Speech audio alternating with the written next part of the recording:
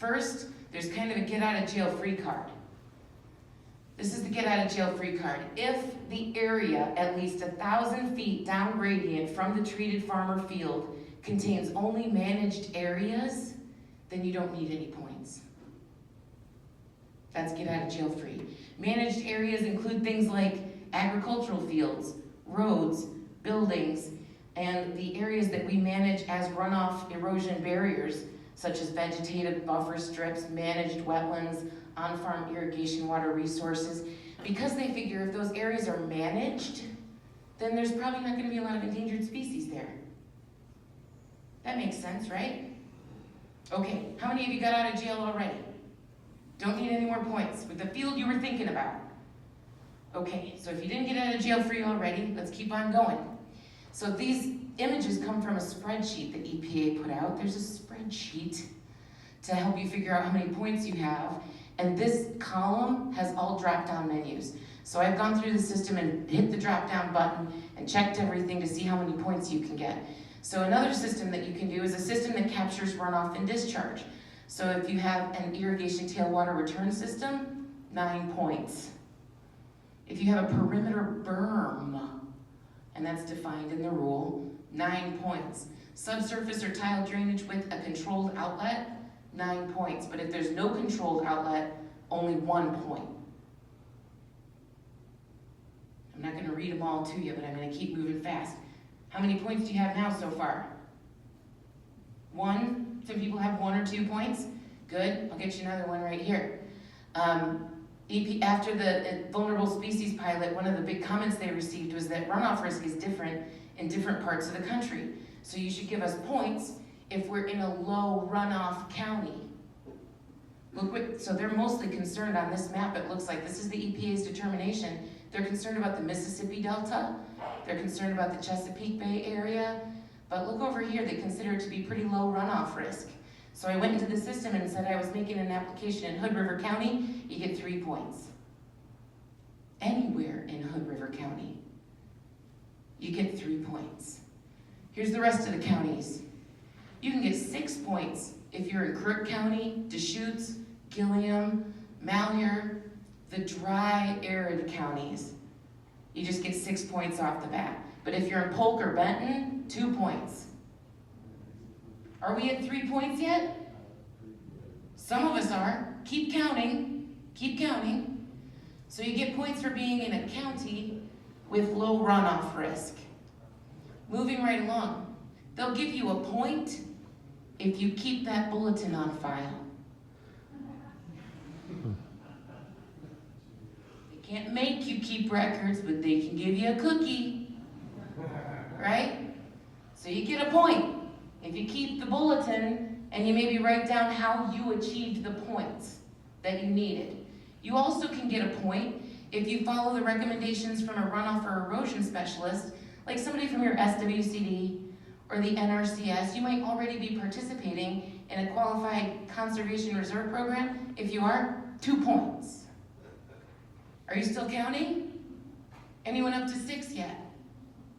Okay, we're gonna keep going. 2 points if the field is flat. Less than 3% slope. So that in the rule it says something like it might be laser leveled or it might be naturally flat, but it has to be less than 3% slope. And also you get 2 points if the soils are predominantly sandy.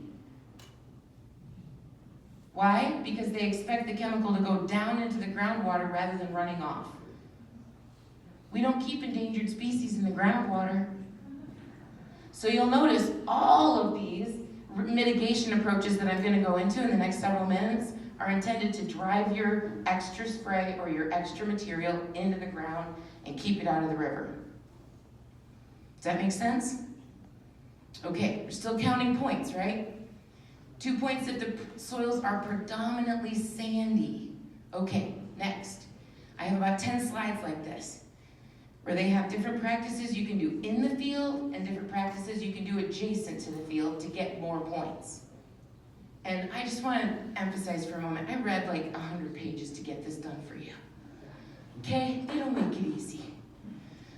But I like bullets and I want summaries, so that's what we've built for you here today. You could do conservation tillage. The less you till, the more points you get. You can get 3 points for no till, but only if you don't till that piece of ground for 12 whole months. So if you're in the year of establishment for a perennial crop, you might get 2 points instead of 3. Mulch tillage, 2 points. I'm gonna keep on moving because I know I'm taking too long. Reservoir tillage, this probably doesn't apply to you, but if you were planting blueberry bushes or orchard trees or crops, a depression in the soil would collect water, allowing it to infiltrate into the soil. The depressions have to be stable enough to remain in place throughout the growing season. That's a big ask. I'm not sure that would work in a place like Oregon, but they're trying to be really, really flexible and give you all the choices. Another choice, you can get 2 points for contoured farming. So if you're not gonna get the points for a flat field, then you might as well get points for contour. And the way this works is that you till the field in the opposite direction of the downward slope. So water running downhill doesn't have a good channel to run down. It has to go over ridge after ridge after ridge after ridge as it's running down the hill. And that, they think, will keep the water from running off and make it more likely to infiltrate into the soil. So contoured farming is just putting your tillage in the opposite direction of the down slope. Ridges, furrows, that kind of thing. 2 points if you're doing that. You can also get 2 points for vegetative strips in the field. This is the vegetative strip they had a picture of. And many of us already have these. And those of you who are interested in biological control, especially the conservation type, I've also heard that described as a beetle bank. Have you heard that term before? Beetle banks are just places where we have beetle habitat, and they come out of the habitat at night and feed on all kinds of insects, which is great. But this has to be a managed area of permanent herbaceous vegetation that filters runoff, designed for multi-year lifespan, of dense upright growth immediately downslope of the application area, or you could do it interspersed, but you don't get points if there's any invasive or noxious weeds in that strip. Yes, you can spray the strip. Yeah, see how many points that is. Okay, next one is terrace farming.